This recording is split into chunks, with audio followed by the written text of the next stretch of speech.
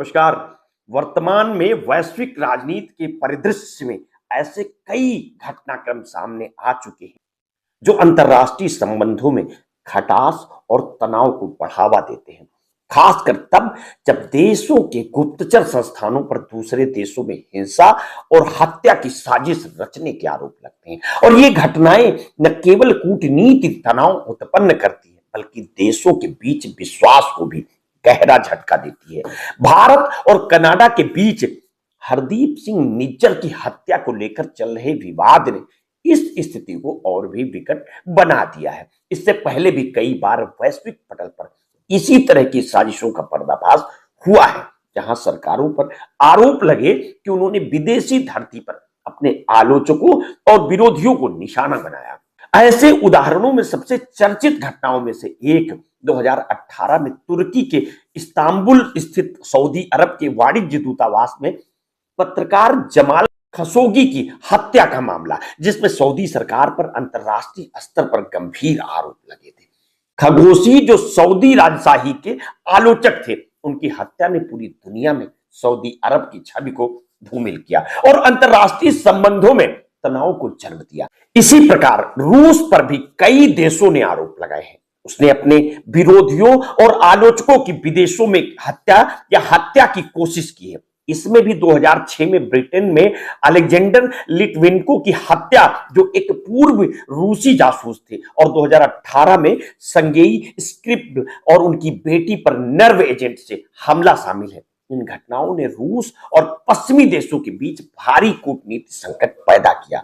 इन घटनाओं के परिप्रेक्ष्य में देखा जाए तो खालिस्तान समर्थक सिख नेता गुरपतवंत सिंह मन्नू की हत्या की नाकाम साजिश का मामला भी एक गंभीर मुद्दा है, जिसने अमेरिका और भारत के बीच आपसी विश्वास को चुनौती दी है। ऐसे मामलों में साजिशों का पर्दाफाश होने पर यह स्पष्ट होता है कि अंतर्राष्ट्रीय राजनीति केवल कूटनीतिक औपचारिकताओं तक सीमित नहीं होती, बल्कि पर्दे के पीछे गहरी रणनीति चालें चलती रहती है। ये घटनाएं ये भी दर्शाती है कि जब सत्ता में बैठे लोग अपनी आलोचना को बर्दाश्त नहीं कर पाते तो वे किसी भी हद तक जाने को तैयार हो जाते हैं, और भले ही इसके लिए उन्हें अंतर्राष्ट्रीय कानूनों की अवहेलना क्यों ही ना करनी पड़े।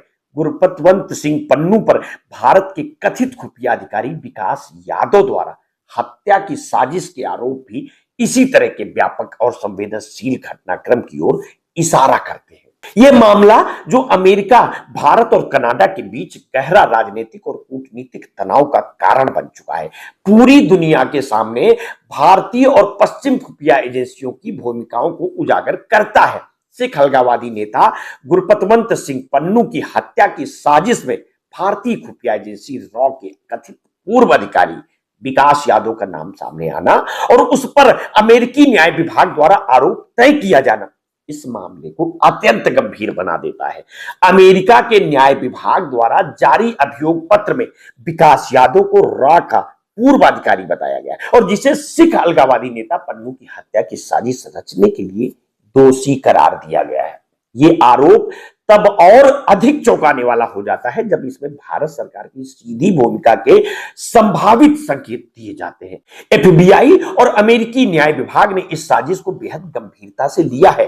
एफबीआई के निदेशक स्पष्ट शब्दों में कहा है कि अमेरिका में संवैधानिक रूप से संरक्षित अधिकारों का उपयोग करने वाले नागरिकों पर हिंसा या प्रतिशोध के किसी भी प्रयास को बर्दाश्त नहीं किया जाएगा। और यह बयान अमेरिकी न्यायालय प्रणाली के दृढ़ संकल्प को दर्शाता है, जो यह सुनिश्चित करने की कोशिश कर रही है कि किसी भी बाहरी देश की खुफिया एजेंसी द्वारा अमेरिकी धरती पर इस तरह की साजिशें नाकाम हो।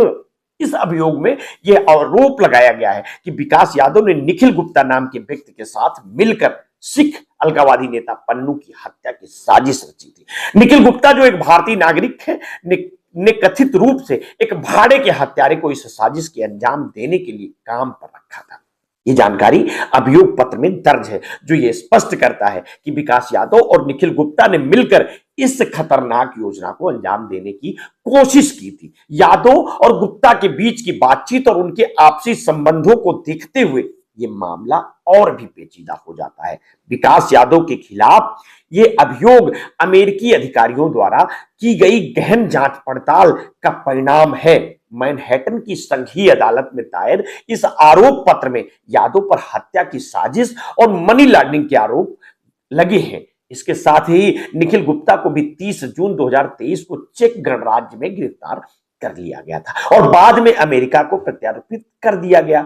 गुप्ता पर लगाए गए आरोपों के संदर्भ में अमेरिकी अटॉर्नी जनरल मेरिक गारलैंड ने यह स्पष्ट किया है कि अमेरिका किसी भी विदेशी सत्ता द्वारा अपने नागरिकों पर हिंसा की साजिशों को बर्दाश्त बिल्कुल नहीं करेगा और इस पूरे मामले में गुरपतवंत सिंह पन्नू का नाम महत्वपूर्ण है क्योंकि वो एक प्रमुख सिख अलगाववादी नेता है जिनके पास अमेरिका और कनाडा की दोहरी नागरिकता है।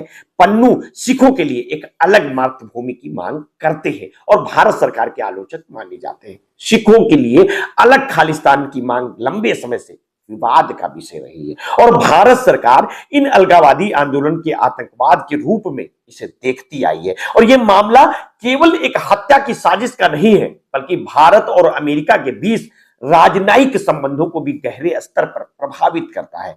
अमेरिकी मीडिया विशेष रूप से वॉशिंगटन पोस्ट ने इस मामले को गहराई से कवर किया है। उनकी रिपोर्ट के अनुसार 39 वर्षीय विकास यादव अभी भी भारत में मौजूद है और अमेरिका उनका प्रत्यार्पण चाहता है। इस संदर्भ में भारतीय विदेश मंत्रालय की प्रतिक्रिया विशेष ध्यान देने योग्य है। मंत्रालय ने स्पष्ट रूप से इस मामले पर कोई टिप्पणी नहीं की और कहा है कि वो इस मामले में दी गई जानकारी को गंभीरता से ले रहा है और ये इंगित करता है कि भारत इस मामले में सतर्कता के साथ आगे बढ़ रहा है क्योंकि ये मामला भारत और अमेरिका के बीच संवेदनशील संबंधों से जुड़ा हुआ है। वहीं पन्नू ने विकास यादव के खिलाफ लगाए गए आरोपों का स्वागत किया है। हालांकि उन्होंने यादव को केवल एक मध्यम स्तर का सैनिक बताया है और आरोप लगाया है कि यादव को भारतीय राष्ट्रीय सुरक्षा सलाहकार अजीत डोभाल और तत्कालीन रा प्रमुख सामंत गोयल ने सिख अलगाववाद को खत्म करने के प्रधानमंत्री नरेंद्र मोदी के लक्ष्य के तहत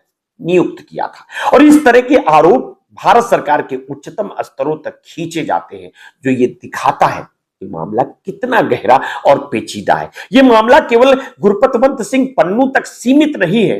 इससे पहले भी कनाडा में सिख अलगाववादी नेता हरदीप सिंह निज्जर की हत्या को लेकर भारत और कनाडा के बीच भारी कूटनीतिक तनाव उत्पन्न हो चुका है। कनाडा ने खुलेआम भारतीय एजेंटों पर निज्जर की हत्या में शामिल होने का आरोप लगाया था। इन घटनाओं से भारत और पश्चिमी देशों के बीच खुफिया एजेंसियों की गतिविधियां और विदेश नीति के पहलुओं पर व्यापक सवाल उठे हैं। कनाडा के प्रधानमंत्री जस्टिन ट्रूडो ने इस मामले पर अपनी प्रतिक्रिया में कहा था कि जब उन्होंने पिछले साल संसद में बयान दिया था तब उनके पास ठोस सबूत नहीं थे, लेकिन खुफिया जानकारी ने उन्हें यह विश्वास दिलाया है कि भारतीय एजेंट कनाडा में हुई हत्या में शामिल थे। ट्रूडो का यह बयान कनाडा और भारत के बीच बढ़ते राजनीतिक तनाव का प्रतीक है। उन्होंने यह भी कहा कि खुफिया जानकारी पक्के सबूतों पर आधारित नहीं थी, लेकिन यह इतना स्पष्ट था कि भारत इसमें शामिल था और यह बयान एक गहरी अंतर्राष्ट्रीय कूटनीतिक जटिलता की ओर इशारा करता है जो भारत और उसके प्रमुख लोकतांत्रिक सहयोगियों के बीच असहमति का कारण बन सकता है। वहीं अमेरिका में भारतीय एजेंटों द्वारा गुरपतवंत सिंह पन्नू की हत्या की साजिश रचने की खबरें व्हाइट हाउस तक पहुंच चुकी है। व्हाइट हाउस की प्रवक्ता कैरिन जिया पियरे ने इसे एक गंभीर मामला बताया और कहा है कि अमेरिकी प्रशासन इस पर गंभीरता से विचार कर रहा है। अमेरिका और कनाडा में सिख अलगाववादी नेताओं पर भारतीय खुफिया एजेंसियों के कथित हमले इन देशों के साथ भारत के संबंधों को प्रभावित कर सकते हैं और यह मामला एक प्रकार की अंतर्राष्ट्रीय जटिलता को उजागर करता है जिसमें विभिन्न देशों के खुफिया विभागों की भूमिकाएं और विदेशी धरती पर हत्या की साजिशें शामिल हैं। भारतीय खुफिया एजेंसी रा के संदर्भ में यह मामला भारत सरकार की नीतियों और विदेश नीति के दायरे में कई महत्वपूर्ण सवाल उठाता है। भारत सिख अलगाववादियों को अपने राष्ट्रीय सुरक्षा के लिए एक बड़ा खतरा मानता है और इस वजह से वो इन आंदोलनों को एक कड़े हाथों से दबाने की कोशिश करता रहा है। पन्नू की हत्या की नाकाम साजिश को लेकर भारत और अमेरिका के बीच आपसी बातचीत में यह देखा जा सकता है कि अमेरिका इस मामले को लेकर बेहद गंभीर है और दूसरी ओर भारत ने भी स्पष्ट किया है कि वो इस मामले को लेकर गंभीरता से देख रहा है और उसके लिए एक महत्वपूर्ण मामला है। हालांकि इस पूरे मामले में अभी तक भारत सरकार की सीधी भूमिका की पुष्टि नहीं हुई है। भारतीय विदेश मंत्रालय ने विकास यादव को सरकार का पूर्व कर्मचारी बताया है और इस मामले से दूरी बनाए रखी है। भारत और कनाडा के बीच हरदीप सिंह निज्जर की हत्या के मामले में उत्पन्न कूटनीतिक तनाव के चलते दोनों देशों ने एक दूसरे के राजनयिकों को निष्कासित करने की कार्रवाई की है। सितंबर 2024 में कनाडा ने भारतीय खुफिया एजेंसी के प्रमुख अधिकारी को निष्कासित किया, जिसके जवाब में भारत ने भी कनाडा के एक वरिष्ठ राजनयिक को देश छोड़ने का आदेश दिया। ये कदम दोनों देशों के बीच गहराते विवाद को दर्शाता है और द्विपक्षीय संबंधों में बढ़ते अविश्वास को उजागर करता है। राजनयिकों की यह निष्कासन की प्रक्रिया अक्सर उस समय होती है जब दो देशों के बीच तनाव बेहद तीव्र हो जाता है, जिससे संवाद और सहयोग की संभावनाएं कमजोर हो जाती है। लेकिन इस तरह के मामलों में भारत की अंतर्राष्ट्रीय छवि पर सवाल उठ सकते हैं, खासकर उन देशों में जहां भारतीय खुफिया एजेंसियों की गतिविधियों पर नजर रखी जा रही है। और यह मामला भारत की खुफिया एजेंसियों की भूमिकाओं और विदेशों में सिख अलगाववादी नेताओं को निशाना बनाने की उनकी कथित साजिशों पर गहन सवाल खड़े करता है। इसके अलावा यह मामला कनाडा और अमेरिका में सिख अलगाववाद के समर्थन और उनके नेताओं की सुरक्षा को लेकर के भी बड़े सवाल उठाता है।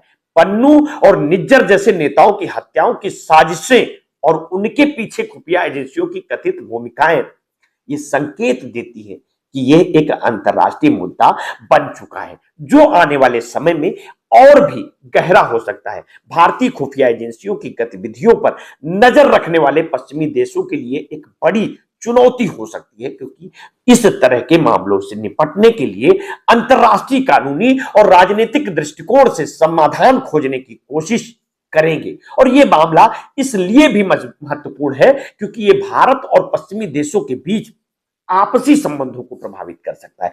आगे की जो भी अपडेट होगी हम आप तक पहुंचाते रहेंगे। आपने अगर अभी तक हमारे इस चैनल को सब्सक्राइब नहीं किया है तो तत्काल कर लीजिए, बेल आइकन दबाना बिल्कुल ना भूलिए। अपने स्वास्थ्य के प्रति सचेत रहिए, सजग रहिए, अपना ध्यान रखिए। बहुत बहुत धन्यवाद। साधुवाद।